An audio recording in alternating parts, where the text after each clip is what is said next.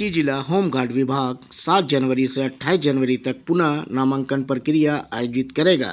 यह प्रक्रिया दस्तावेज सत्यापन और फर्जी ज्वाइनिंग की जांच के लिए की जा रही है। नामांकन सीटीआई ध्रुवा कार्यालय में सुबह 10 बजे से शाम 5 बजे तक होगा। जिला समादेष्टा कौशिक कुमार ने निर्देश दिया है कि सभी जवान आवश्यक दस्तावेज समय पर लेकर उपस्थित हों। इस बार का पुनः नामांकन 2025 में हो रहा है, ये बहुत ज़्यादा खास है। पिछला जो पुनः नामांकन हुआ था वो 2021 में हुआ था। जो होमगार्ड नियमावली कहता है कि हर 4 साल में हमको पुनः नामांकन करना है। इस साल का पुनः नामांकन इसलिए बहुत ज़रूरी है क्योंकि पिछले कुछ महीनों में हमने बहुत सारे फर्जी होमगार्डों को पकड़ा है, उन पे केस दर्ज हुआ है और उन पे केस चल रहा है। ऐसे जो लोग गृह रक्षक जो लोग फर्जी तरीके से घुस गए हैं, प्लस बहुत सारे विभागों में जो रिटायर्ड गृह रक्षक अभी भी कार्यरत हैं, इन सब की छटनी और हर गृह रक्षक पूर्ण तरफ से चरित्र साफ हो, शारीरिक रूप से अच्छे हों, इन सब को ध्यान में रखते हुए 2025 का पुनः नामांकन हमारे लिए बहुत महत्वपूर्ण है, ताकि रांची जिला में सारे गृह रक्षक एकदम क्लीन, स्वस्थ और अच्छे हों, जिनका सारा डेटा क्लियर हो और किसी तरह का उसमें कोई छेड़छाड़ ना हो। एकदम क्लीन बनाने के लिए 2025 का पुनः नामांकन हम लोग शुरू कर रहे हैं। इसकी जो हम लोगों ने अवधि की है वो 7 जनवरी 2025 से लेकर 28 जनवरी 2025 तक रखा है हमने। ये इतनी लंबी अवधि करने का मेन रीज़न जो पीछे है वो है कि हर दिन हम लोग 100 गृह रक्षक का पुनः नामांकन करेंगे।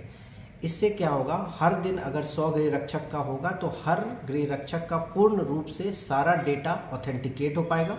सारा उसका जो डॉक्यूमेंट जो हम लोग मांगे हैं, जैसे स्कूल लिविंग हो गया, उसका आई कार्ड हो गया, उसका और भी जो दस्तावेज जो मांगा गया है, आधार, पैन कार्ड, वो सारा डॉक्यूमेंट हम लोग वेरीफाई कर पाएँ और उसका ओरिजिनल से मिलान करके तभी उसका एज अगर बचा होगा उसके बाद ही पुनः नामांकन रजिस्टर में एंट्री होगा। तो ज़्यादा भीड़ भाड़ ना हो, केओस ना हो, इसलिए हम लोगों ने हर दिन 100 गृह रक्षक की एंट्री के लिए किया है।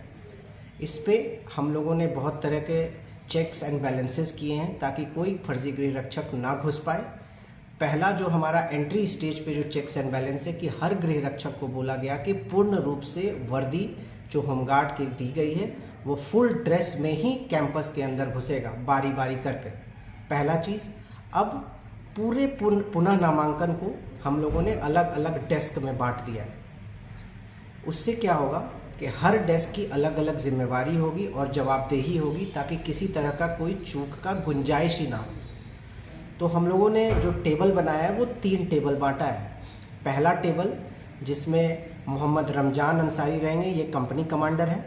इनका काम रहेगा कि गृह रक्षक आगमन करेंगे, इनसे फॉर्म अ जो कि उनका डिटेल्स रहेगा होमगार्ड्स का, और फॉर्म ग होता है वो पुलिस सत्यापन वाला रहता है, तो वो फॉर्म जमा करेंगे और वो चेक करेगा कि 2021 के बॉन्ड में उसका नाम है कि नहीं है। इन केस अगर किसी का 2021 में बॉन्ड नहीं रहता है तो नियमावली कहता है कि वो गृह रक्षक ही नहीं है।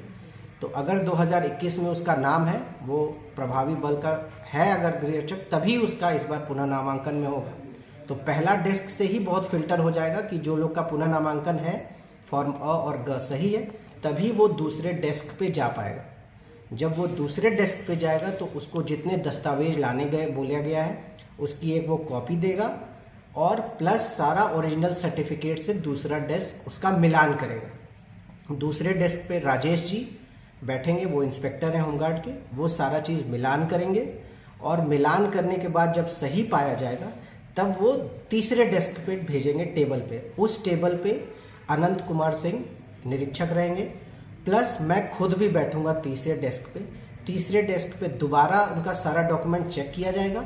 सारा कुछ सही पाए हो जाने के बाद ही उनका 2 कॉपी बन रहा है। एक बन रहा है हार्ड कॉपी जो मेरे सामने एंट्री होगा, उनका फोटो, सिग्नेचर, सारा डिटेल के साथ, प्लस वहाँ एक कंप्यूटर भी लगा रहेगा जहाँ कंप्यूटर में एक्सेल शीट में उसकी डेटा एंट्री की जाएगी। दोनों करना इसलिए ज़रूरी है कि कल को मैं रहूं, कहीं दूसरे जगह रहूं, कोई भी फिजिकल कॉपी में किसी तरह की अगर छेड़छाड़ होती है तो उसका सॉफ्ट कॉपी रहेगा क्रॉस चेक करने के लिए। क्रॉस चेक अगर होगा और वो पासवर्ड प्रोटेक्टेड एक्सेल शीट रहेगी और उसकी कॉपी हमारी होमगार्ड शाखा में रहेगी, जिला समादेष्टा के पास रहेगा और हेडक्वार्टर मुख्यालय पे हमारा एक कॉपी रहेगा। तो कहीं भी कोई छेड़छाड़ होता है तो उससे कोई फ़र्क नहीं पड़ता है, क्योंकि उसकी alternate copy digitally password protected किसी और के पास होगी, वो क्रॉस चेक हो जाएगी। तो आगे फ्यूचर में कभी भी कोई डेटा छेड़ने का कोई किसी तरह का आरोप ना ऑफिस पे लगेगा, ना किसी तरह का फर्जी गृह रक्षक का घुसने का कोई चांस हो। तो ये सारा पूरे हमारे निगरानी में रहेगा। सभी जो वर्क ऑर्डर के हिसाब से जो लोग इसमें इन्वॉल्व हैं, सबको बोला गया है फुल वर्दी में आई कार्ड के साथ रहने।